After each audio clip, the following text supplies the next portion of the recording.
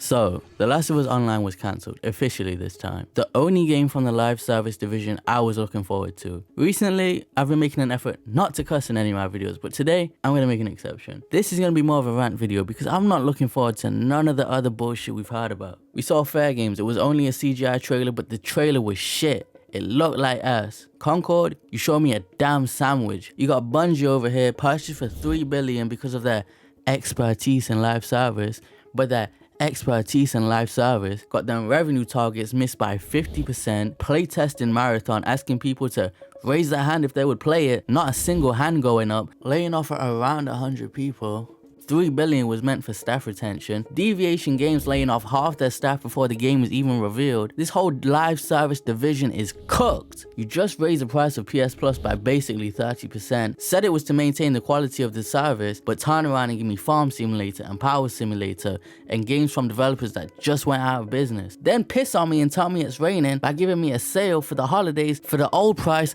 I was already paying. Let me read you the statement they released about the game. It's full of pandering and is full of shit too.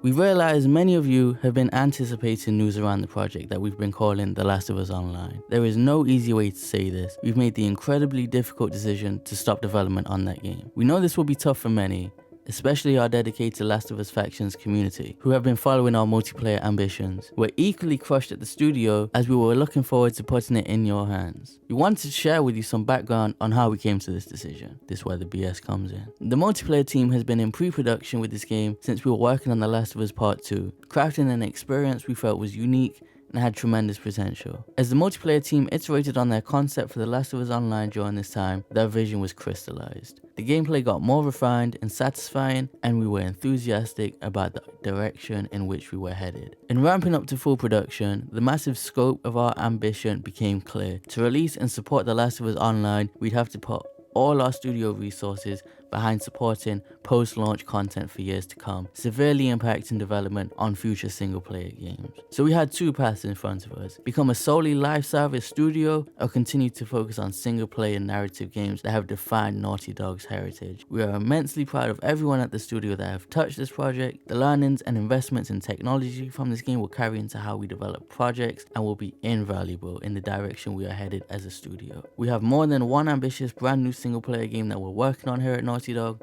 and we cannot wait to share more about what is to come next when we're ready.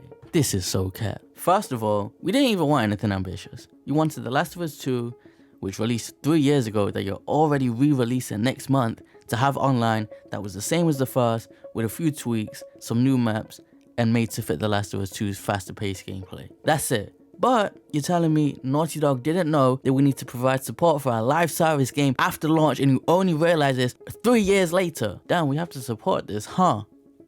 Damn, that's crazy. And this statement is full of pandering and damage control and lies to soften the blow. We'd have to fully be a live service studio. So you're telling me all those positions you kept hiring for, because that's all I would see. The Last of Us isn't cancelled. Look, they're hiring. Look, here's this job role. Here's this job role. So you're telling me all those job roles you were constantly hiring, does it really take that much to release some new skins, some new maps, and some new weapons post-launch? You can't hire a graphics designer to do that and make some skins, and you need all hands on deck. One of the biggest and most renowned developers in the whole world couldn't just hire a few more people. We have chosen to focus on single-player narrative games that have defined Naughty Dog's heritage. They were putting so much sauce on this whole statement. To me, Factions 1 is a big part of Naughty Dog's heritage. It felt like they were just dangling their previous success in front of us during this whole statement. Hey, don't worry about this. Remember those amazing single-player games you loved? Yeah, we want to focus on them again.